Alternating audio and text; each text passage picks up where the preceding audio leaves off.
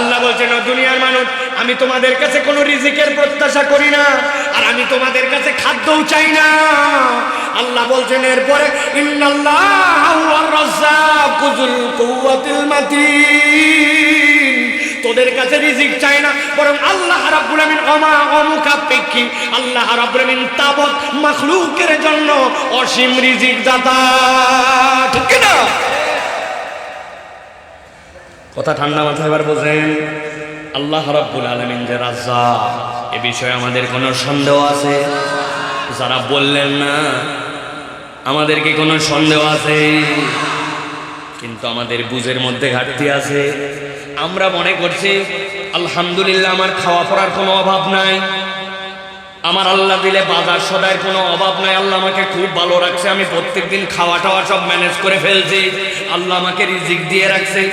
আপনি যদি আল্লাহ আপনাকে কেবল খাওয়ায়, এইটুকুকে যদি আপনি রিজিক হিসাবে ধরেন, তাহলে আপনি রিজিকের কনসেপ্টের 10%ও এখন পর্যন্ত বোঝেন না। আল্লাহ খালি খাওয়ার দেয়, এটা আপনার রিজিক নয়। রব্বুল আলামিনের রিজিক আপনাকে বুঝতে হবে। আল্লাহ যে আপনাকে এখানে এসে বসার তৌফিক দিল, এটা আল্লাহর পক্ষ থেকে রিজিক। আল্লাহ যে আপনাকে একটা সুস্থ মস্তিষ্ক দিল, যেই কথার সাথে ঠিক বলা লাগবে ঠিক বলতে পারেন, ওটাও আল্লাহর রিজিক। ঠিক না? আসার সময় দেখলাম বেনাপোল বাজারের মধ্যে একজন চটের বস্তা পরে গাড়ির সিগন্যাল দিচ্ছে, ডানে যাও বামে যাও। চিন্তা করলাম এর নিয়োগ দিল কে? খানিকক্ষণ পর তাকায় দেখলাম আসলে উনি নিয়োগ প্রাপ্ত নয়। উনার সব আছে, 2টা হাত, চোখ, নাক, কান, আপনার আমার মতোই পা আছে, আপনার আমার মতোই দাঁত আছে, মুখের মধ্যেও দেখলাম দাড়ি আছে। কিন্তু সব থাকার পরেও বেনাপোল বাজারে ট্রাফিকের দায়িত্ব বিনা হিসাবে শর্ট করে পালন করতেছে। হাত পা সব থাকার পরেও কেউ তাকে মানুষ বলতেছে না। কি বলতেছে? জোরে বলেন। তাহলে আপনাকে রব্বুল আমিন যে সুস্থ মস্তিষ্ক দিলেন, এটা আল্লাহর পক্ষ থেকে রিজিক। বান্দা যদি একবার রিজিককে চিনতে পারে, তাহলে রব্বুল আলামিনের ইবাদত করতে তার আর কোনো অপেক্ষা করার কারণ থাকতে পারে না। আমি আপনাদের কাছে জিজ্ঞাসা করি, আমার প্রিয় ভাইয়েরা, বলেন তো আপনারা বাথরুমের ভিতরে যে যান, বাথরুমের ভিতরে কি আপনারা খালি পায়ে যান না স্যান্ডেল ব্যবহার করেন? হঠাৎ করে একদিন আপনার ওয়াইফ, আপনার বাড়িয়ালি আপনাকে বলছে, শোনেন বাজার থেকে আসার সময় এক জোড়া স্পঞ্জের স্যান্ডেল আনবেন। বলছে কার আবার স্যান্ডেল ছিঁড়লো? বলে কারো স্যান্ডেল ছিঁড়ে নাই, আমাদের বাথরুমের ভিতরে যে স্যান্ডেল, আব্বা গেছিল, আমি গেছিলাম, উমুকে গেছিল, যাওয়ার সময় দেখি পা পিছলায় গেছে, আর একটু হলে গেছিলাম, স্যান্ডেলের তলা খোয়ায় গেছে, স্যান্ডেল একটা নিয়ে আসবেন। বলে কিনা? আমি আপনাদের কাছে জিজ্ঞাসা করব, বাথরুমের ভিতরে যাই কি আপনারা কুচকাওয়াজ করেন, দৌড়াদৌড়ি করেন? বাথরুমের ভিতরে কয় ধাপ নড়াচড়া করেন? বাথরুমের ভিতরে সর্বোচ্চ আপনি ঘোরাফেরা করেন 10 ধাপ। বাথরুমের ভিতরে থাকেন আপনি 10 মিনিট। কিন্তু 6 মাস না যেতে বাথরুমের স্যান্ডেলটার তলা ক্ষয় যায়, পিছলা হয়ে যায়। কিন্তু কখনো ভেবে দেখলেন না, আপনি জন্মের পরের থেকে আপনি যতক্ষণ থাকেন আপনার জীবনে, এর 90% সময় আপনি জুতা স্যান্ডেল কিছুই পরেন না, খালি পায়ে থাকেন। পুরা বাড়ি খালি পায়ে ঘোরেন, মাহফিলের প্যান্ডেলে খালি পায়ে ঢুকছেন, মাঠে খালি পায়ে কাজ করেন, ছোটবেলায় খালি পায়ে দৌড়ালেন।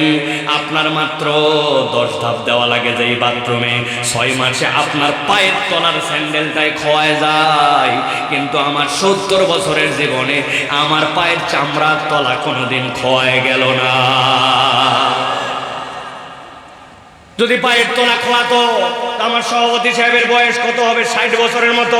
এতদিন ওনার কোমর ঘোরার কথা, আর কতগুলা 70 বছর পার হয়ে গেছে, ওইগুলো খালি বেনাপোল বাজারে কাল্লা ঘোরার কথা। ঠিক কিনা? আপনি আল্লাহকে রাজ্জাক হিসাবে চিনতে পারেন নাই। রব্বুল আলামিন আপনার কেমন রাজ্জাক আপনি কল্পনাও করতে পারেন নাই। আল্লাহ এই জন্য বলছেন, ইন্নাল্লাহা হুয়ার রাজ্জাকু যুল কুওয়াতিল মাতিন। বান্দা তোর রব হচ্ছেন এমন রাজ্জাক যাকে কারো কাছে মুখাপেক্ষী হতে হয় না।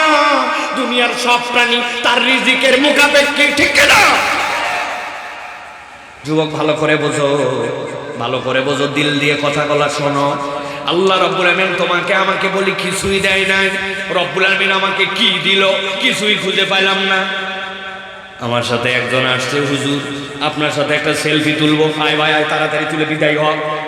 মোবাইল হাতে নিয়েছে, মোবাইল হাতে নিয়ে যে চাপ দেয়, ওঠে না, আবার চাপ দেয়, ওঠে না, ওঠে না। খানিকক্ষণ পর মেজাজ খারাপ হয়ে গেছে, রে কি রে মোবাইলে আসলাম আর হুজুরের সাথে ছবি ওঠে না।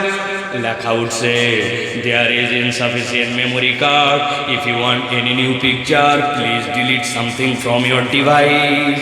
ওই ছেলে বলতেছে 256 জিবি, মরার আর সময় পেল না। হয় কিনা? মোবাইলের মেমোরি ফুল, আপনি আর কথা বলতে পারতেছেন না, ছবি তুলতে পারতেছেন না। ভালো করে খেয়াল করেন, আপনার মোবাইল যেইটাতে আপনি ভিডিও করেন, ছবি তোলেন, অথচ জায়গা ফুল হয়ে যায়। আপনি আমি দুনিয়ার বুকে আসলাম, জন্মের পরের থেকে দেখতে শুরু করলাম, ওই চোখ দিয়ে দেখেই যাচ্ছে, না বুঝে বুঝে বুঝে বুঝে দেখা শুরু করলাম 6-7 বছর বয়স থেকে। কান দিয়ে শুনলাম, যা শোনা লাগবে তাও, যা শোনা লাগবে না তাও শুনলাম। 60-70 বছর বয়স হয়ে গেল। এলাকায় কোনোদিন আপনাদেরকে বলছে নাকি your brain's memory is already full, please delete something from your head? চাচা, আপনার ব্রেনে আর পর্যাপ্ত মেমোরি নাই, আপনার ব্রেন থেকে কিছু মেমোরি ডিলিট করেন, বলছে নাকি কোনোদিন? বিজ্ঞান বলতেছে, if anybody, any human being alive in this universe 1000 years without a single second of sleep, he or she can spend only 5% of his brain's capacity.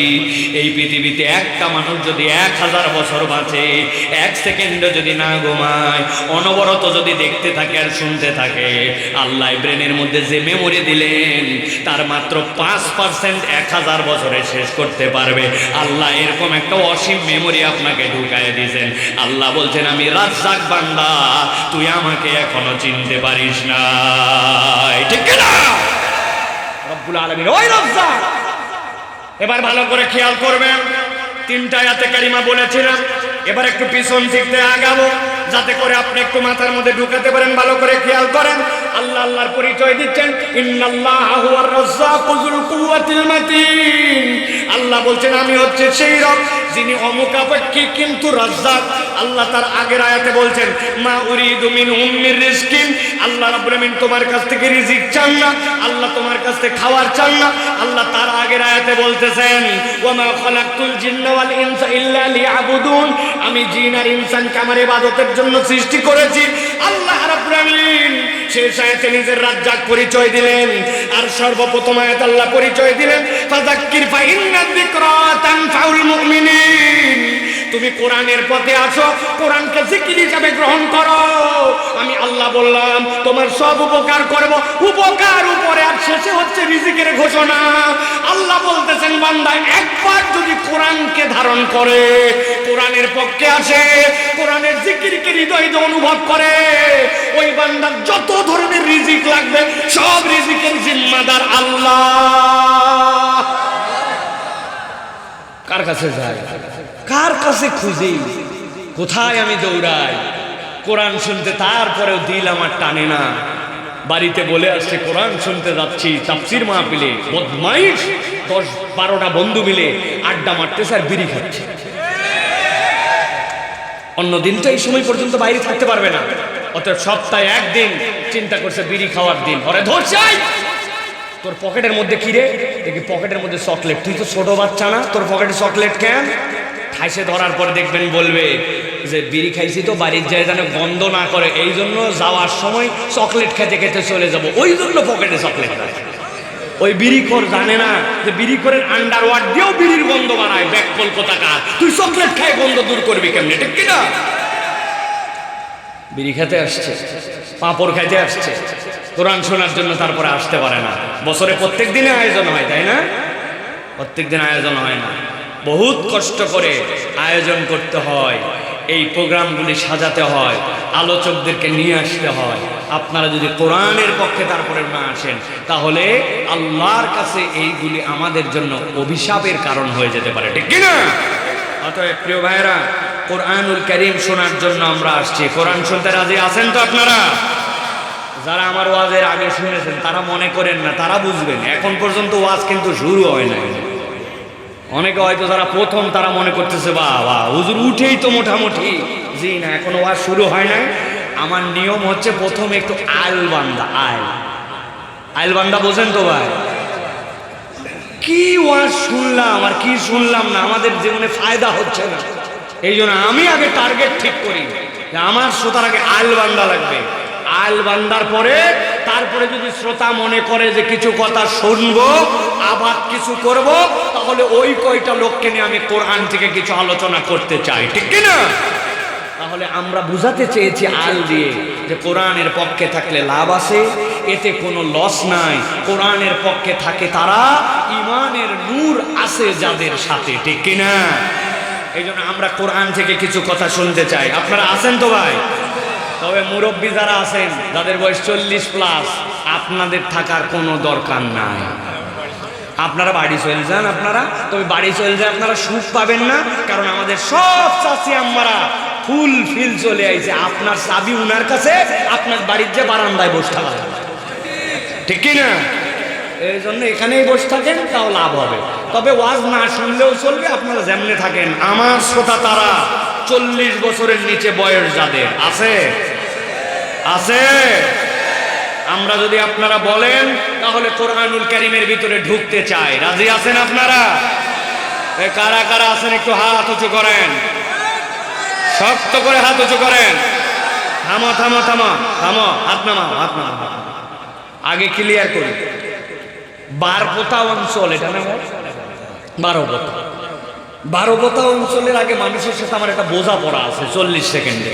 সেটা হচ্ছে ভাই, এই অঞ্চলে যদি বলা হয় ভাই আপনারা হাত সোজা করেন, তার মানে হচ্ছে এরকম, অথবা হাত সোজা করেন মানে চাদরের ভিতর থেকে এরকম, অথবা হাত সোজা করেন মানে এরকম, এরকম ভাই। যদি হাত সোজা করেন মানে এইরকম হয়, তাহলে হাত এইরকম করে সোজা করা পারবেন ইনশাআল্লাহ। তবে তারা হাত সোজা করবেন না যাদের মোবাইল শেষ, গিরিজ না। অনেক মুরব্বী থাকতে পারে গিরিজ শেষ, মোবাইল শেষ, এখন উনি উঠাবে না হাজার বললেও, তারা বাদ। কিন্তু যাদের মোবাইল গিরিজ আছে তারা সবাই যেরকম করে সোজা করতে বললাম এই রকম করে একটা সোজা করে করছেন সবাই। আচ্ছা দাঁড়ান, থামেন, বসেন বসেন বসেন। আর একটা কষ্ট দিব, একবার হাত নামান। এবার আমরা একসাথে সবাই একটু হাত তুলবো আর ডাইনে বামে একটু তাকায় দেখে নিব কারা কারা উঠাতে পারতেছে না। পারবেন না ইনশাআল্লাহ? আর যারা আমার দাঁড়ায় আছে ভাইরা, এই ভাইরা যদি ভিতরে বসে আপনারা বসতে দিবেন? বুঝে বলেন, আন্দাজি ঢুকবে আর আপনারা পরে অপমান করবেন তা কিন্তু হবে না। তাহলে ডাক দেন, ডাক দেন, ওনাদের ডাক দেন, দেখি আপনাদের কথা শোনে কিনা, দেখি। হ্যাঁ আসেন, ডাক দেন, দেখি আপনাদের কথা শোনে কি শোনে না। দেখ ভাই এদিকে তারা ভিতরে ডাক দেন, ভিতরে আসেন। এই ছেলেরা একজন পালাবেন,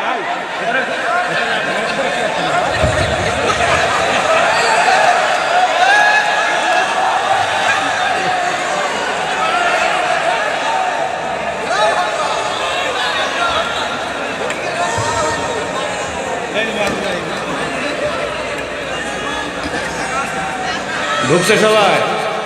ওদের উপর আমার অধিকার আছে, এগুলো সব আমার ইয়াং ছেলে পেলে, ঠিক কিনা? ওদের আমি বড় ভাই, ঠিক কিনা? আপনারা মুরব্বীরা কিচ্ছু করতে পারেন নাই, ওই 17 বছরের জঞ্জাল আমরা খেদাইছি। বসো, ভিতরে আসো। এবার হাত সোজা করতে পারবেন? আমি সেই ছেলে স্টেজ থেকে নামে লাঠি দিয়ে পিছনে ঠান্ডা করে তারপর ওয়াজ করতে আসি। আমি খালি ওয়াজ করার জন্য বক্তা না, টাকা কামাই করার জন্য বক্তা না, আমার এইসব ভিন্ন আছে। টাকা এমনি দেয় আল্লাহ আমাদেরকে, আলহামদুলিল্লাহ। হাত সোজা করেন সবাই, এবার করছেন সবাই? ডানে বামে তাকায় দেখে নেন, এবার সোজা হয়েছে? ডানে বামে তাকান, সবগুলা সোজা হয়েছে না? শক্ত করেন, পেছন দিকে একটু টানা দেন, বুকটা ফুটান লাগবে, এবার একটু সামনে দিকে দেন, এবার একটু ডানে, এবার একটু বামে দেন। মাশাআল্লাহ, হাত সোজা করেন। এবার হাতটা একটু নড়াচড়া দেন, নড়াচড়া দেন, জোরে জোরে। এবার একটু শক্ত করে সোজা করেন, শক্ত সোজা সোজা। হ্যাঁ, এবার রিল্যাক্স করে বসেন, আরাম করে বসেন, হাত নামাতে বলি নাই, হাত সোজা করেন।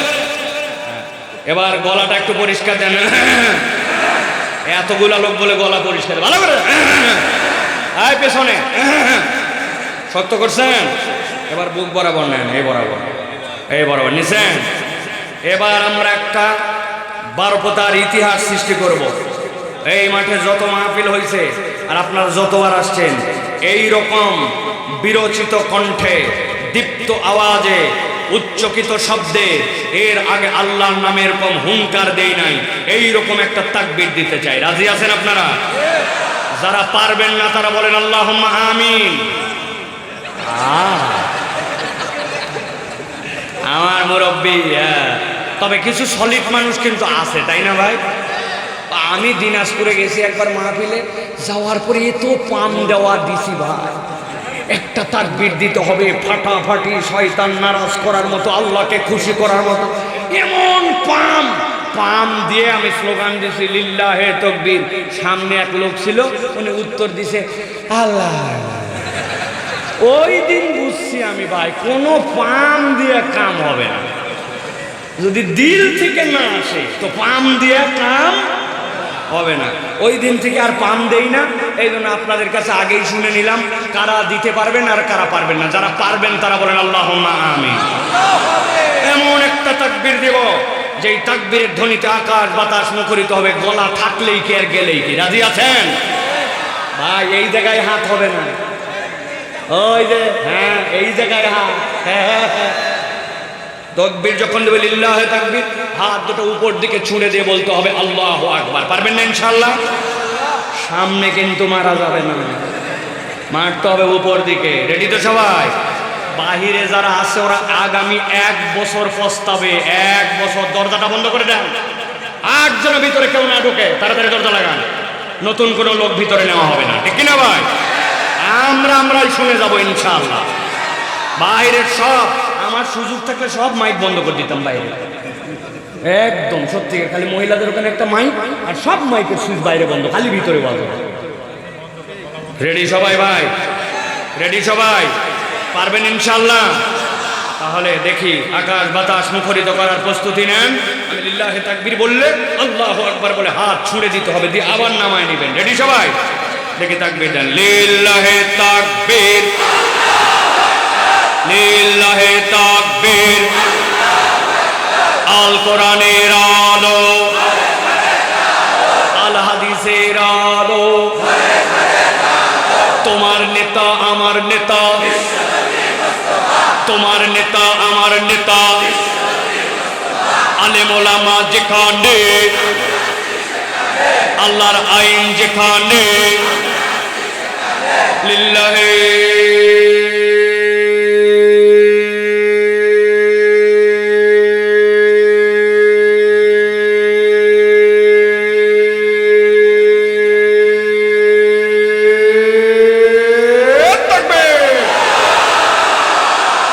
আলহামদুলিল্লাহ।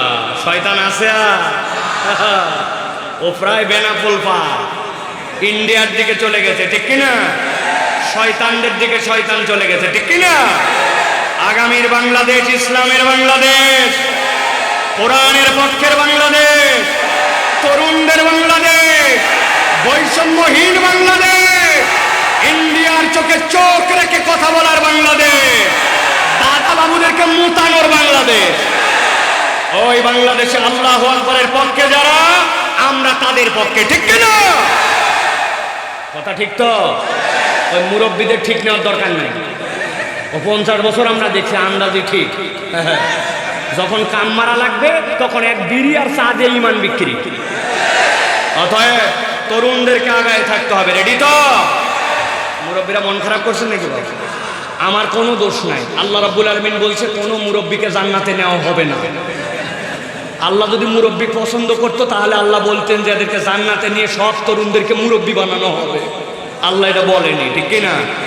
আল্লাহ মুরব্বীদেরকেও তরুণ হিসাবে জান্নাতে নিতে চায়, ঠিক কিনা?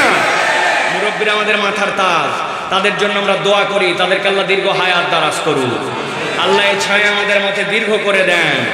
আল্লাহ তাদেরকে আমাদের পথ দেখানোর মতো তৌফিক দেন, কিন্তু আমরা তাদেরকে ধাক্কায়া ইসলামের দিকে রাখবো ইনশাআল্লাহ। রাজি তো যুবক? আল্লাহ কবুল করবেন, আল্লাহুম্মা আমিন। প্রিয় ভাইয়েরা, আমরা এখন সরাসরি কোরআনুল কারীমের মধ্যে ঢুকবো। দীর্ঘ সময় হয়ে গেছে, 11টা পার হয়ে গেছে। আমরা এখন কোরআনুল কারীমের মধ্যে প্রবেশ করব। বিতাড়িত শয়তান থেকে আশ্রয় প্রার্থনা করে সমস্বরে সকলে আমরা কোন রকম অলসা জড়তা সবগুলোকে ঝেড়ে ফেলে সকলে আমার সাথে পড়েন, আউযু বিল্লাহি মিনাশ শাইতানির রাজীম, বিসমিল্লাহির রাহমানির রাহিম, ওয়াতলু আলাইহিম নাবাল্লাযী আতাইনাহু আয়াতিনা ফানসালাখা মিনহা فأتبعه الشيطان فكان من الغاوين। আমার আল্লাহ রাব্বুল আমিন বলছেন, ও আমার হাবিব, আপনার প্রতি এখন যে ওহী দেওয়া হচ্ছে এই ওহির ভাষাটা হচ্ছে ভিন্ন রকম। ওয়াতলু আলাইহিম, আপনি আপনার উম্মতের কাছে এটা তেলাওয়াত করেন। কিয়ামত পর্যন্ত আর কোনো নবী আসবে না। আপনার কাছে যে দায়িত্ব দেওয়া হলো, কিয়ামত পর্যন্ত একটা সংবাদ আপনাকে দেওয়া হবে। ওই সংবাদটি আপনি আপনার উম্মতের কাছে তেলাওয়াত করে দেন। মুফাসসিররা ব্যাখ্যা করছেন, আল্লাহ কোরআনে 4 ধরনের সম্বোধন করেছেন, খেয়াল করেন। ইয়া আইয়ুহাল ইনসান, ইয়া আইয়ুহান নাস, ইয়া আইয়ুহান নবী, অথবা আল্লাহ নবীকে বলেছেন কুল। যদিও ইয়া আইয়ুহান নাস মানে মানুষ, ইয়া আইয়ুহাল ইনসান মানে মানুষ, কিন্তু কোন মানুষের প্রতি সরাসরি ওহী আসে নাই। ওহী আল্লাহ নবীর মাধ্যম দিয়ে মানুষের কাছে সম্বোধন। তাহলে সম্বোধন যাই হোক না কেন, ওইগুলা নবীর দিকে নিসবত করে আল্লাহ আয়াত অবতীর্ণ করেছেন। কিন্তু আল্লাহ এখানে বললেন ওয়াতলু আলাইহিম, ও আমার হাবিব আপনি তেলাওয়াত করেন। এইটার ব্যাখ্যা করেছেন মুফাসসিরেরা। ইব্রাহিম আলাইহিস সালাম খানায়ে কাবা নির্মাণ করার পরে আল্লাহর কাছে ফরিয়াদ করেছিলেন, ওয়া ইয ইয়ারফাউ ইব্রাহিমুল কওয়াইদা মিনাল বাইতি ওয়া ইসমাঈল রব্বানা তাকাব্বাল মিন্না ইন্নাকা আনতাস সামিউল আলিম। ইব্রাহিম খলিলুল্লাহ দোয়া করছেন, জবিহুল্লাহ ইসমাঈল আমিন আমিন বলছেন। বাইতুল্লাহর বুকে দোয়া করা হচ্ছে। যার জন্য দোয়া করতেছেন তিনি হচ্ছেন হাবিবুল্লাহ, যিনি কবুল করবেন তিনি স্বয়ং আল্লাহ।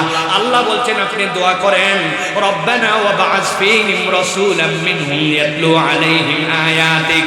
আল্লাহ এমন একটা পয়গম্বর দেন যে উম্মতের কাছে যে কোরআন তেলাওয়াত করবে, আপনার আয়াত তেলাওয়াত করবে। ওয়া ইউযাক্কিহিম ওয়া ইউআল্লিমুহুমুল কিতাব ওয়াল হিকমা। আল্লাহ রাব্বুল আলামিন ইব্রাহিম আলাইহিস সালামকে 2টা সন্তান দিলেন। বড় সন্তানের নাম ইসমাঈল, ছোটজন ইসহাক। হযরত ইসহাক আলাইহিস সালাম থেকে কত পয়গম্বর এসেছেন আল্লাহ ছাড়া কেউ বলতে পারেন না, কিন্তু হযরত ইসমাঈল থেকে মাত্র একজন পয়গম্বর, তিনি আপনার আমার নবী মুহাম্মদুর রাসূলুল্লাহ। সুবহানাল্লাহ। আল্লাহ নবী বলছেন, আমি ইব্রাহিম আলাইহিস সালামের ওই দুয়ার ফসল। আল্লাহ বলেছিলেন ওয়াতলু আলাইহিম মিলান, ঠান্ডা মাথায় কথা বোঝেন। আল্লাহ বলছেন ওয়াতলু আলাইহিম নাবা আল্লাযী আতাইনাহু আয়াতিনা, আপনার কাছে এমন একটা সংবাদ দেওয়া হচ্ছে যে সংবাদটা আপনি আপনার উম্মতের কাছে বলেন। আল্লাহ বলছেন সংবাদের ভিত্তিটা কি? আল্লাযী আতাইনাহু আয়াতিনা, আমি একজনকে আমার পক্ষ থেকে আল্লাহর আয়াত দিয়েছিলাম। ফানসালাখা মিনহা, ওই কমবক্ত আমার আয়াত চেনার পরেও বোঝার পরেও মানে নাই, বরং সেখান থেকে সে ইচ্ছাকৃতভাবে মুখ ফিরায় নিয়েছে। আব্দুল্লাহ ইবনে মাসউদ বলছেন এই লোক নবীর সময়ের কেউ নয়, এই লোক ছিল হযরত মূসা আলাইহিস সালামের কওমের। ওই ফেরাউনের সময় লোকটার নাম ছিল বালআম ইবনে আবার। যোগ্যতা কি ছিল বালআম ইবনে আবার? ওই কওমের মধ্যে এমন মুখলেস, এমন আল্লাহর ওলি ছিল, আল্লাহর কাছে খালি দোয়া করতে দেরি, দোয়া কবুল হতে এক মুহূর্ত দেরি হতো না। আল্লাহু আকবার। লোকজন গেছে তার কাছে, যাওয়ার পরে বলছে বালআম আপনি শুনেছেন আমার কওমের মধ্যে মূসা নামে একজন লোক আসছে, বড় ঝামেলা করতেছে, আপনি ওর বিপক্ষে বদদোয়া করেন সে যেন ধ্বংস হয়ে যায়। বালাম বলতেছে না, মুসার ব্যাপারে যতটুকু খবর আমার কাছে আসছে এই লোক আল্লাহর পয়গম্বর হতেও পারে। কি খবর? বলে বগলের নিচে এরকম করে হাত ঢোকায়, হাত বের করে যেই না মানুষের দিকে বের করে, হাত দিয়ে এমন আলো বের হয় হাত পুড়ে যায় না, কিন্তু সূর্যের মতো রশ্মি বের হয়ে যায়। আবার যখন মনে করে এটা বন্ধ করা দরকার, বগলের নিচে হাত দেয়, সাথে সাথে সেইটা বন্ধ হয়ে যায়। মাঠের মধ্যে অনেকগুলা দুম্বার পাল নিয়ে যায়, যাওয়ার পরে বেচারি ক্লান্ত হয়ে ঘুমায় যায়, কিন্তু হাতের মধ্যে একটা লাঠি থাকে, ওই লাঠিটা মাঠের মধ্যে এরকম করে গেড়ে দেয়, গেড়ে দিয়ে বেচারি ঘুমায় যায়। দুম্বার পালের থেকে কোনো একটা দুম্বা যদি বের হয়ে বাইরের দিকে দৌড় দিতে লাগে, একা একাই সাথে সাথে লাঠিটা উঠে যায়, পিটায়া দুম্বা ভিতরে নিয়ে আসে লাইন মতো ঢুকায় দেয়, আবার ওই লাঠি দাঁড়ায় যায়। দুনিয়ার যত জাদুকর থাক, জাদুকরের জাদু জেগে থাকলে ঠিক থাকে, ঘুমায় গেলে শেষ হয়। এই লোক জাদুকর নয়, জাদুকর হইলে ঘুমানোর পরে লাঠি কাজ করার কথা নয়। ওই লাঠি আমরা বড় বড় শাবল দিয়া পাথর দিয়া পাথর ভাঙতে পারি না, সে একবারই মারে পাথর ভেঙে যায়, আরেকটা পাথর বের হয়, আবার বাড়ি মারে পাথর ভেঙে যায়, আরেকটা পাথর বের হয়, আবার যেই না বাড়ি দিছে ভিতর থেকে ছোট্ট একটু একটা পিঁপড়ার মতো একটা প্রাণী বের হয়েছে, মুখের মধ্যে খাদ্য। সে সাথে সাথে বলতেছে, জেনে রাখো মুসা, আমার রব আমাকে ভুলে নাই, ইন্নাহু ইয়ারযুকুন, নিশ্চয় সেই রব আমাকে 3 পাথরের ভিতরেও খাদ্য আমার ঠোঁটে পৌঁছায়া দেয়। যেই লোক এইগুলা করে তার বিপক্ষে আমি কেমনে দোয়া করি? লোকজন সাথে সাথে বালামকে বলল, মিয়া তোমার ওয়াজ শোনার জন্য আমরা আইছি নাকি? তোমার কাছে দোয়া করার জন্য আইছি, মুসার বিপক্ষে তুমি ওয়াজ শোনাও, এগুলো ওয়াজ আমাদের জানা আছে, আমরা কেবল আমাদের স্বার্থে আসি নাই, তোমারও স্বার্থে আসছি। কি স্বার্থ? বলে মুসা যদি এই কাজ করে আর ভেলকি দেখায়, তোমার দপ্তরে মিয়া মানুষ আসবে না, তখন তার কাছেও মানুষ লাইন লাগাবে, তোমার কাছে কেউ কথা শুনতে আসবে না, হাদিয়া তো বাসবে না, তোমার খানকা চলবে না মিয়া, তোমার স্বার্থে আসছি, ওকে যদি ধ্বংস করে দাও তুমি একাই পাম। পাম্পটটি গিলে নিয়েছে, গিলে নিয়ে আল্লাহর কাছে দোয়া করছে, আল্লাহ মুসাকে ধ্বংস করে দাও। আল্লাহ বলছেন যেই নাই দোয়া করেছে, আল্লাহ আয়াতে কারিমা অবতীর্ণ করেছেন, নবী খবর দেন, আল্লাযী আতাইনাহু আয়াতিনা, যেই ব্যক্তির কাছে আয়াত দেওয়া হয়েছিল আয়াতটা সে চিনত, কিন্তু অপরাধ একটা করে বসলো, ফানসালাখা মিনহা, সে চিনে বুঝেও আল্লাহর আয়াত থেকে মুখ ফিরায় নিল। আমি আপনাদের কাছে জিজ্ঞাসা করতে চাই, আমাদের সমাজে এরকম মানুষ আছে কিনা যারা আল্লাহর আয়াত চিনে, ফরজ জানে, হারাম জানে, কিন্তু তারপরেও জেনে বুঝে আল্লাহর আয়াত থেকে মুখ ফিরায়? দেখেন তো, আমি একটা লোককে চিনাই দেই, আপনাদের এলাকায় আছে কিনা এরকম? 28শে রমজান 29শে রমজান ঢাকা থেকে রওনা হয়েছে, বেনাপোলে ঈদ করার জন্য আসবে, গাড়িতে কোনো সিট না, অনেক কষ্ট করে ভিতরে ঢুকছে, ঢুকার পরে রড ধরে দাঁড়াইছে, পা ফেলার জায়গা নাই, গাদাগাদি লোক।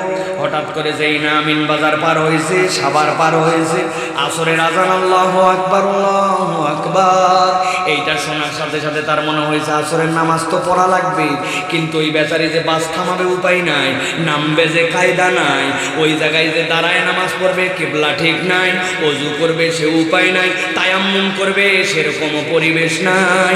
ওই লোক তরপাতে তরপাতে আসরের ওয়াক্ত পার হয়ে গেছে, মাগরিব এসে গেছে, বুঝে থাকলে উত্তর দিবেন, না বুঝলে চুপ করে থাকবেন।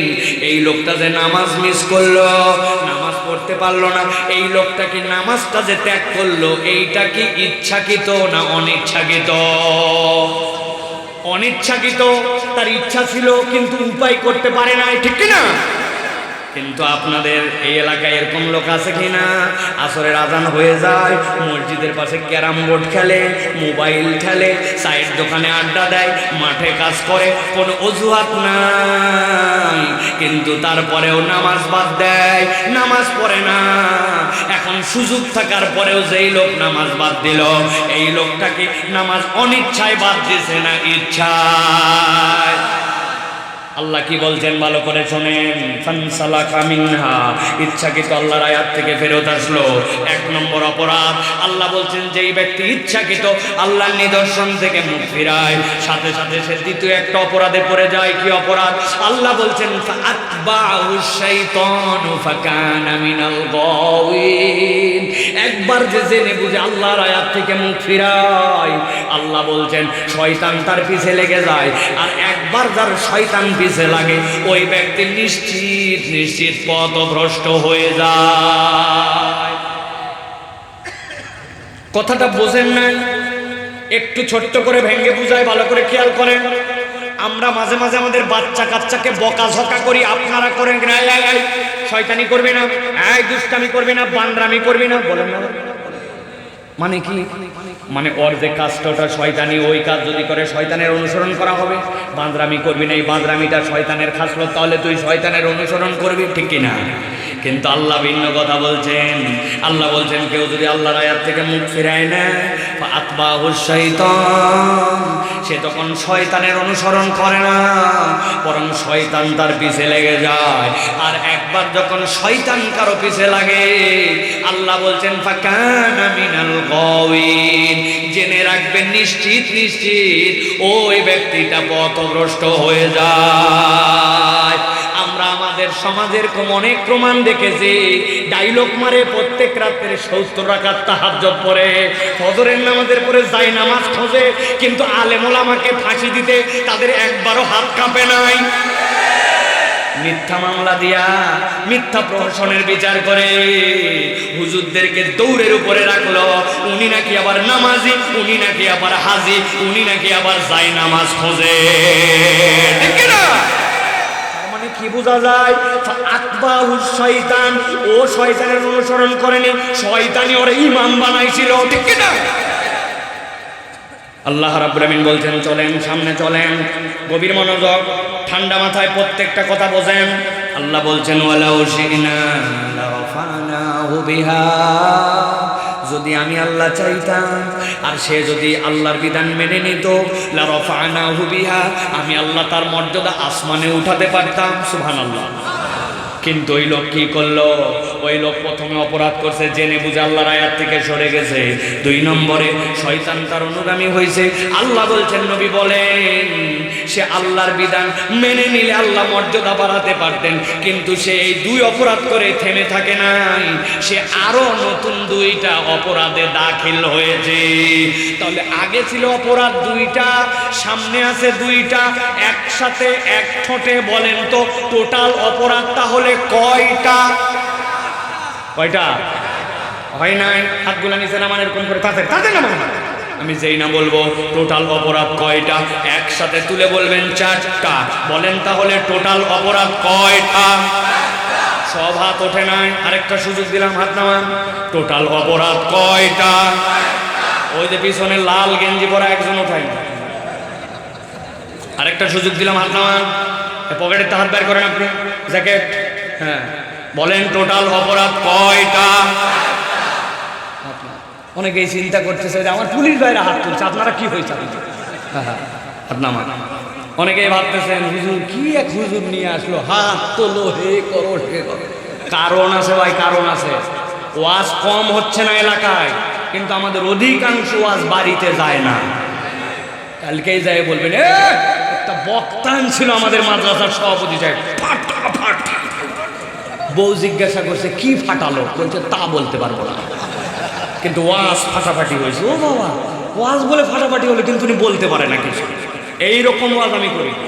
আমার টার্গেট ফাটাফাটি না, আমার টার্গেট হচ্ছে জোড়াতালি দিয়া অন্তত এই ওয়াজটুকু বাড়িতে পৌঁছানো, ঠিক না? এই জন্যই কষ্ট করতেছি, তাদের এত কষ্ট করা লাগে না। তাহলে বলেন টোটাল অপরাধ কয়টা? মাশাআল্লাহ, আলহামদুলিল্লাহ। আমার মা বোনেরা ওয়াজ শুনতেছে, প্রজেক্টর দিয়েছেন নাকি?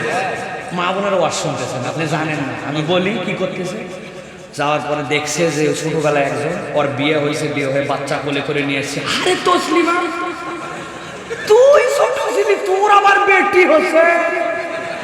এই যে গল্প উঠছে, বা পুরা ওয়াজ গল্প, ঠিক কিনা? অনেকে একটা কোলে করে ব্যাটারি আনছে, হ্যাঁ যে ব্যাটারি দিয়েই যে ভলিউম ছাড়ছে, বাকি লোকের ওয়াজ আর নাই, আছে কি না? হ্যাঁ মা বোনেরা, ফাউ ফাউ খালি আইসে বসলেন আর চলে গেলেন হবে না, কথা শুনে সুন্দর করে বুঝে যেতে হবে। এই ওয়াজ আমাকে অনেক সময় মাঝে মাঝে দু এক জায়গায় লিখে দেয়, হুজুর একটু মেয়েদের ওয়াজ করেন। আমি বললাম কোরআনে কোথায় আলাদা করে মেয়েদের নামাজের ওয়াজ আছে? কোথায় আছে? মেয়েদের আলাদা হজের ওয়াজ কোথায় আছে? জাকাতের ওয়াজ কোথায় আছে? ছেলে আর মেয়েদের 90% ওয়াজই এক, ঠিক কিনা? 10% আলাদা, সেটা মাসলা মাসায়। আমি মা বোনদেরকে বলবো এই জন্য ভালো করে কথা শোনেন। আমাকে যদি দেখতে পান ভালো, না পারলে মাইকের কথা শুনতেছেন, আমাকে দেখানোর দরকার নাই, আল্লাহকে দেখাই। আপনারা সবাই হাত তুলে বলেন তাহলে আজকের আলোচনায় টোটাল অপরাধ কয়টা? আরে আপনারা না, মহিলারা হাত তুলছে, মা বোনেরা 4টা। হ্যাঁ ভালো করে কথা শোনেন। তাহলে প্রথম বলছি 2টা, ঠিক না ভাই? 1 নম্বর হচ্ছে জেনে বুঝে আল্লাহর আয়াত থেকে মুখ ফিরাইছে।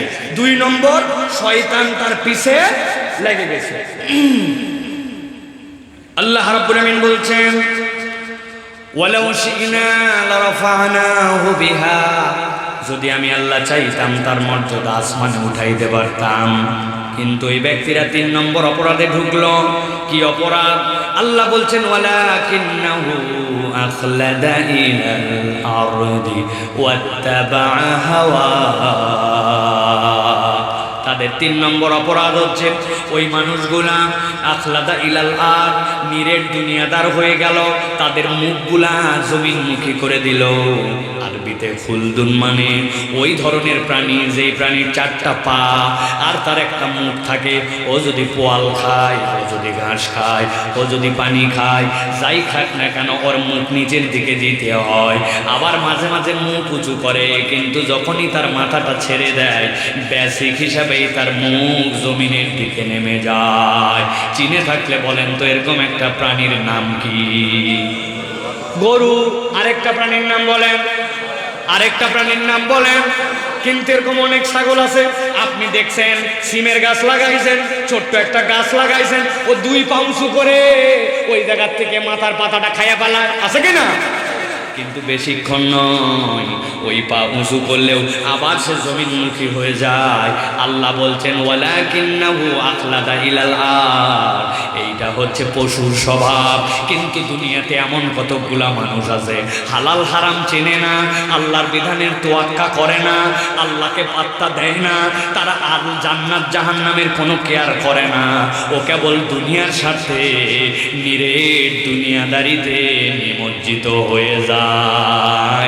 এরকম লোক আমাদের মধ্যে আছে কিনা? বা আছে? দেখেন আমি 2টা লোককে চিনাই দেই, যদি চিনে থাকেন তো নাম বলেন আপনারা।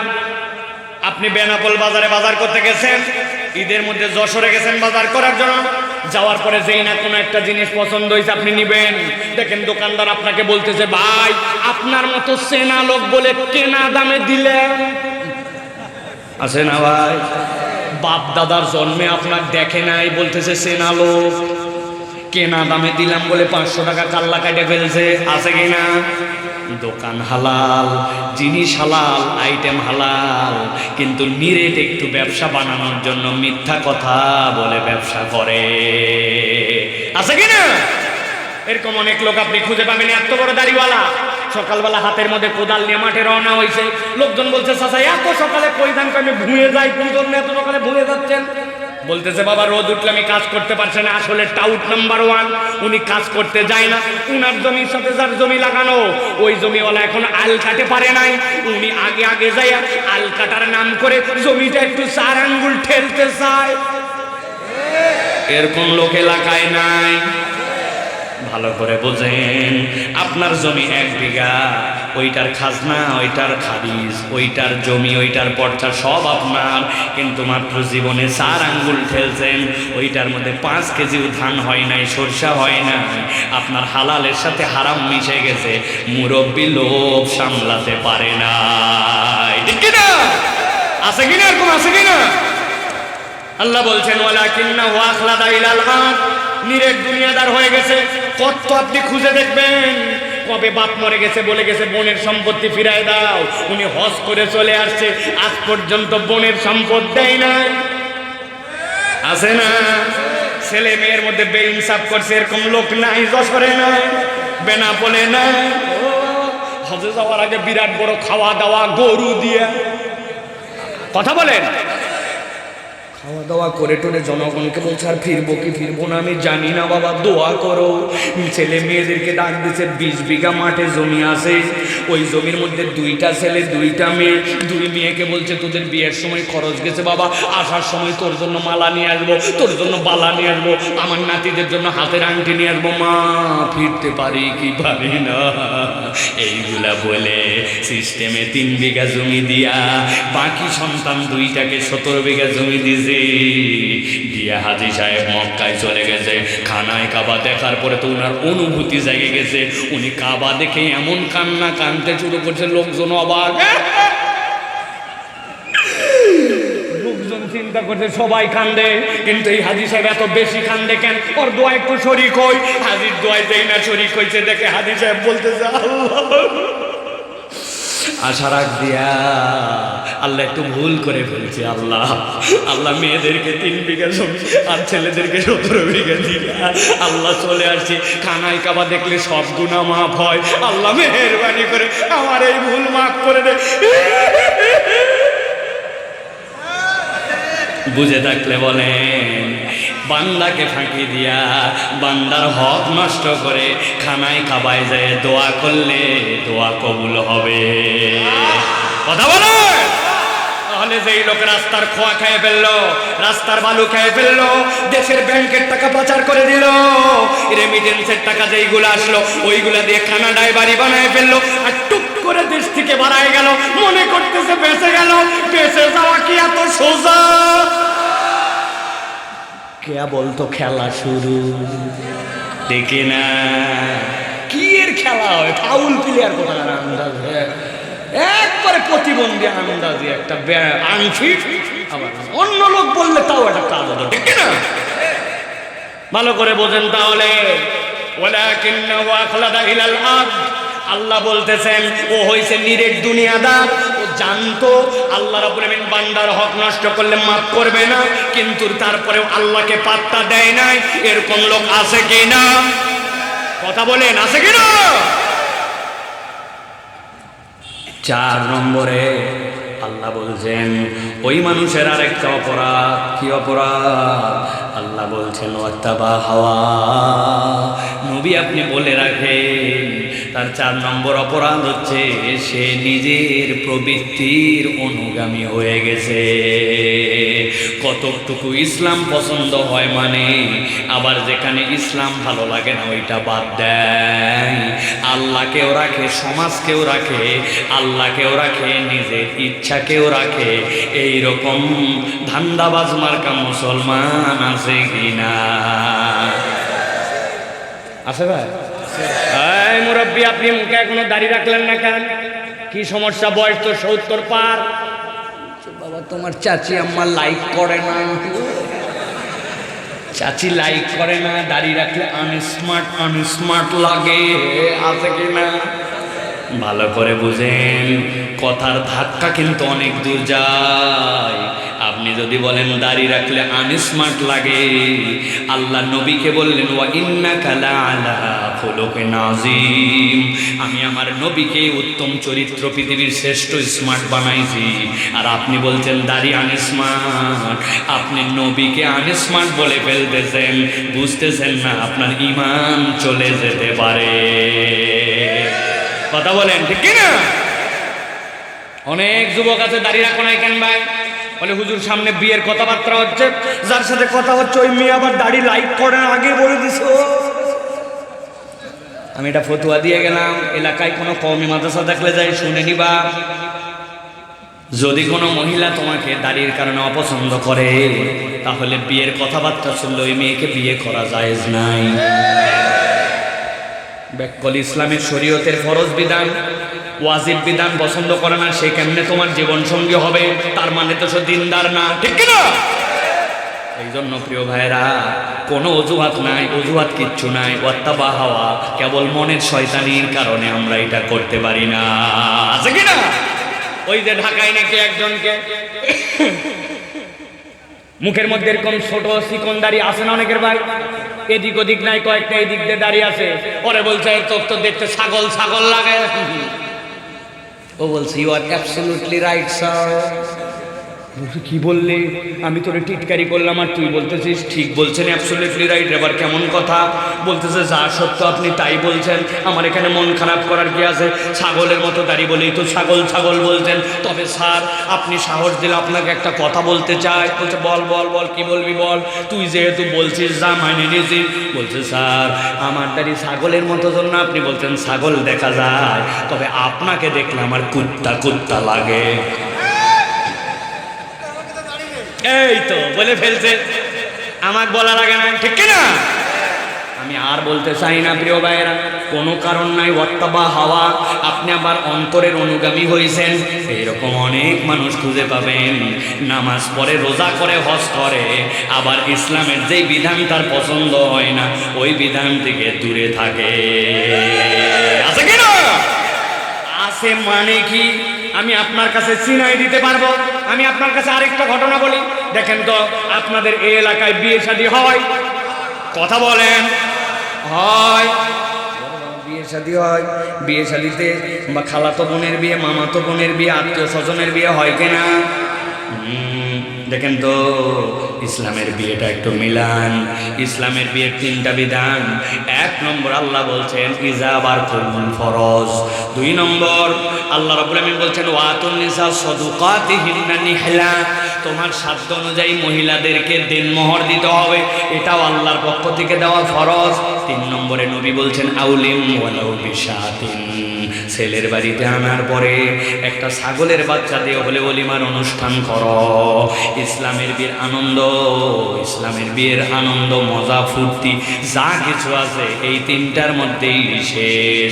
কিন্তু আপনাদের বেনাপোল অঞ্চলে, যশোর অঞ্চলে, আমাদের দেশে কি এই 3 মধ্যেই বিয়ে শেষ? কি কি আছে? 7 দিন আগ থেকে হলুদ সন্ধ্যা, 3 দিন আগে মেহেদি সন্ধ্যা, 10 দিন আগের থেকে এলাকার সেরা সেরা ডেক বক্স নিয়ে যায় বাড়ির সামনে 2 পাশে লাগায়া এলাকাকে জানান দেওয়ার মতো ইংলিশ গান চলতেছে। আছে কি না? সেই বাড়িতে গান চলতেছে, ওই বাড়ির থেকে আসরের সময় এক হাজী সাহেব নামাজ পড়ার জন্য বার হয়েছে। লোকজন তো চাই তো চাই, আপনার বাড়িতে এত গান বাজনা, এত হই হল্লা, এত ধরনের বেহায়াপনা আমাদের তো সহ্য হয় না, মানুষের তো অসুস্থ হয়ে গেল। থাম থাম থাম, তোরও বেটি আছে। আমি কি গান করতে চাইছি নাকি নাতি নাতপুররা করে?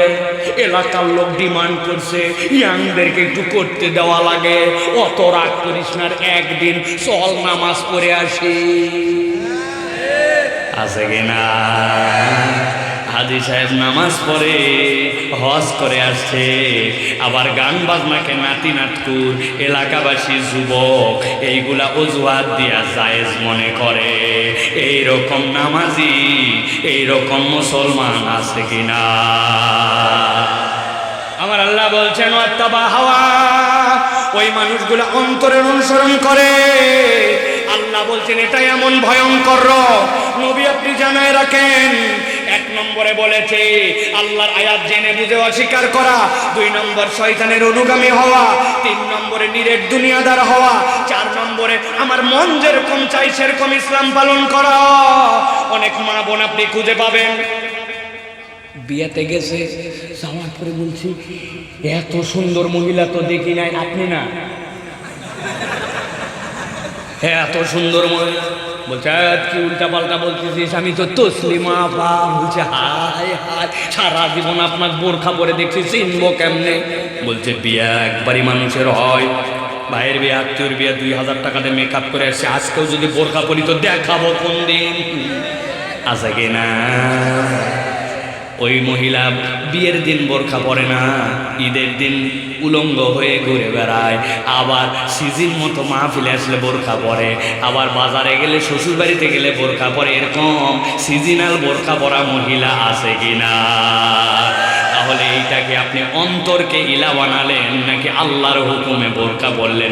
হিসাব মিলানো লাগবে, ঠিক না? আমার আল্লাহ রাব্বুল আলামিন বলছেন যাদের মধ্যে 4 রোগ আছে, কথা সামনে দিকে যাচ্ছে, ভালো করে খেয়াল করেন, শেষের দিকে আসছে।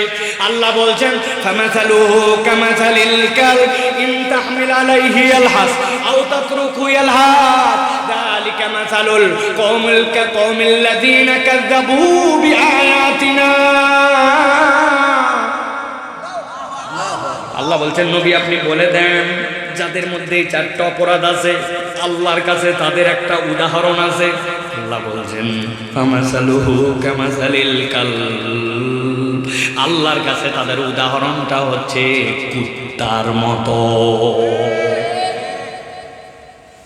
মুখ দিয়ে উচ্চারণ করে বলতে হবে আল্লাহর কাছে তাদের উদাহরণ কার মতো?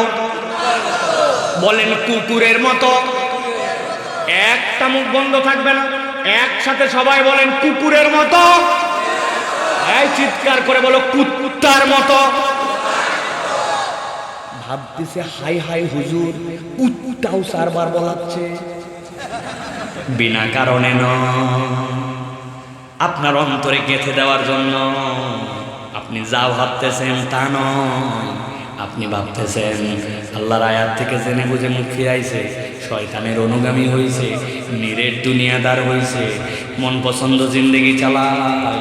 আল্লাহ বোধহয় কুত্তার উদাহরণ বলছে। কুত্তা বিরাট খারাপ প্রাণী, নাপাক প্রাণী, কুত্তা বিরাট বড় আল্লাহর বাজে সৃষ্টি, এই জন্য বোধহয় আল্লাহ বলছে কুত্তার উদাহরণ। জিনা জিনা। আমি আমার ভাষায় বলি দুনিয়াতে অনেক কুকুর আছে মানুষের থেকে বিশ্বস্ত, অনেক মানুষের থেকে বেশি কৃতজ্ঞ। আপনি ঠিক বলছেন না বুঝার, আমার কাছে প্রমাণ আছে, আমার কাছে প্রমাণ আছে। আমি বিকালবেলা একদিন এক দোকানে বসছি চা খাওয়ার জন্য, বহু জায়গায় এই কথা বলছি আমি, যেই না চা খেতে বসছি আমার একটা বদ অভ্যাস, চায়ের মধ্যে একটু বিস্কুট চুবাই খেলে আমার ভাল লাগে। আপনাদের অভ্যাস আছে নাকি? কারা কারা আছেন আমার দলে? থাক থাক। এই উপর দিকে তাকাইছি, তাকায় দেখি বিস্কুট কোনটা আছে, দেখি একটা এনার্জি বিস্কুট 5 টাকা দাম। কয় পিস থাকে ভাই? জিনা 3 পিস। মাল কমাই দিছে একটা, আপনি জানেন না? এত বড় বড় এক একটা চিপসের প্যাকেট খালি ঝনঝন করে, কথা ঠিক কিনা? ভিতরে মাল নাই ভাই। চিপসের মধ্যে এত অক্সিজেন দেওয়া লাগে কেন আমি তো বুঝলাম না। মাছ বাঁচানোর জন্য অক্সিজেন লাগে পলিথিনের মধ্যে, কিন্তু চিপস বাঁচানোর জন্য এত অক্সিজেন, ধান্দাবাজ, ঠিক কিনা? ভিতরে মাল কমায় দিয়েছে কিন্তু দাম ঠিক রাখছে। বিস্কুট একটা নিছি, বিস্কুট নিয়ে যেই না চায়ের মধ্যে ডুবাইছি, ডুবানোর সাথে সাথে প্রত্যেকে একটা লোক উদয় হয়েছে। আসার পরে আমার বলছে সাইবুল্লাহ ভাই 5 বছর আপনার ওয়াজ শুনি, আমার তো আপনাকে দেখে এখানে অবাক হয়ে গেছে, আপনি কি সেই লোক কিনা আমার তো বিশ্বাস হচ্ছে না, আমার তো হাত পা কাঁপতেছে। আমি বললাম ভাই বহুত কথা বলছেন এখনো সালাম দেননি। বলছো ভুলে গেছি, আসসালাম আলাইকুম। সালাম দিছে, সালাম দেওয়ার পরে এরকম হয় কিন্তু মানুষের মহব্বতের লোক দেখলে এরকম হয়, ঠিক কিনা? সাথে সাথে বললাম ভাই বসেন আমার সাথে চা খান, পরে কথা হবে আপনার সাথে। এই যে এই লোক আমার সাথে কাহিনীটা করছে, 10 সেকেন্ড চলে গেছে। আমি যে বিস্কুটটা নামিয়েছিলাম ওই বিস্কুটটা চায়ের মধ্যে চুবানোই ছিল। এখন বিস্কুটটা আস্তে করে তুলে মুখেদের কাছে নিয়ে আসতে আসতে দেখি বিস্কুট অ্যাক্সিডেন্ট করছে। যেই বিস্কুট অ্যাক্সিডেন্ট করছে করে সাইডে পড়ছে, পড়া মাত্র দেখি দূরে একটা কুত্তা বসা আছে। ওই কুকুর মাথাটা নিচু করে লেজ ডাউন দিয়া নড়তে চড়তে আমার পায়ের কাছে চলে আসছে। আমি যেই না পা সরাইছি দেখি মাথা নিচু করে 3 বার জিবা খেলে, বিস্কুট নাই। ওই দিনের মতো আমার চা খাওয়া শেষ। পরের দিন আবার ওই দোকানে এসে বসছি, যেই না বসছি কোত্থেকে একটা কুকুর আসছে, মাথা নিচু করে লেজ নামায়া আমার কাছে এসে ডিস্টার্ব করে। আমি দোকানদারকে বললাম কুত্তা সরান, বলছে হুজুর কুত্তা সরানো লাগবে না, আপনাকে ডিস্টার্ব করতে আসে নাই তো কেন আসছে? গতকালকে আপনি ওরে যে বিস্কুট খাওয়াইছিলেন, তাকায় দেখেন লেজ নামায় দেওয়া, মাথা নিচু করা, ও আপনাকে কৃতজ্ঞতা জানানোর জন্য আসছে। আমি আপনাদের কাছে জিজ্ঞাসা করতে চাই, আমার আলোচনা এই পর্যন্ত বুঝে থাকলে উত্তর দেন।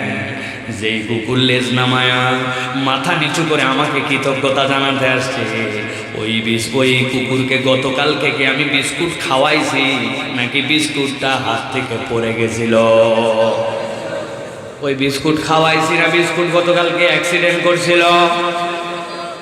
তাহলে একটা বিস্কুটের কিয়দংশ খেয়ে একটা কুকুর কৃতজ্ঞতা জানায়, কিন্তু আপনি এরকম অনেক মানুষ খুঁজে পাবেন, তার বিপদে আগায় গেছেন, টাকা হাওলাত দিছেন, তারে ঠেলে সামনে দিকে নিছেন, তাকে যখন কেউ চিনত না তখন আপনি তাকে আগায় দিছেন, এখন আপনার একটু প্রয়োজন, আপনাকে আর চেনে না, টাকা ফেরত দেয় না, বিপদে আপনার পাশে আগায় না, উল্টা সুযোগ পাইলে আপনাকে বাঁশ দিতেও ছাড়ে না।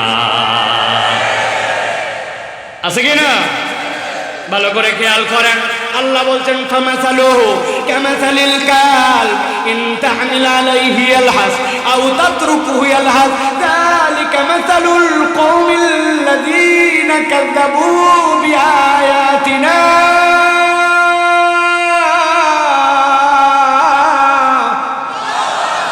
আল্লাহ বলছেন দুনিয়ার মানুষ, আমি কুকুরের উদাহরণ এমনি দেই নাই, তোমার মধ্যে যদি চারটার কোন অপরাধ থাকে, আমি আল্লাহ বলতাম তার উদাহরণ কুকুরের মতো। কুকুরের পিঠে তুমি বোঝা চাপালেও কুকুর হাঁপায়, বোঝা না চাপালেও কুকুর হাঁপায়। কুকুর স্বভাব চরিত্রে অস্থির। আরবিতে লাহাসুন শব্দের অর্থ জিহ্বা বের করে পিপাসার সময়ে পানি খাওয়ার জন্য প্রচেষ্টা করার নাম লাহাস। ওইটা শীতেও করে, গরমেও করে, পিপাসা পাইলেও করে, না পাইলেও করে। কুকুরের স্বভাব জিহ্বা বের করে রাখা, অস্থিরতা। আল্লাহ বলছেন তুমি আল্লাহর বিধান থেকে মুখ ফিরাইছো, শয়তানের অনুগামী হইছো, ইচ্ছা মতো জীবন চালাইছো, নিরেট দুনিয়াদার হইছো। আল্লাহ বলছেন, আল্লাহ চ্যালেঞ্জ দিলেন, দুনিয়া আখিরাতে তোমার জীবনটা কুত্তার মতো অস্থির আর অনিরাপদ বানায় দিবে।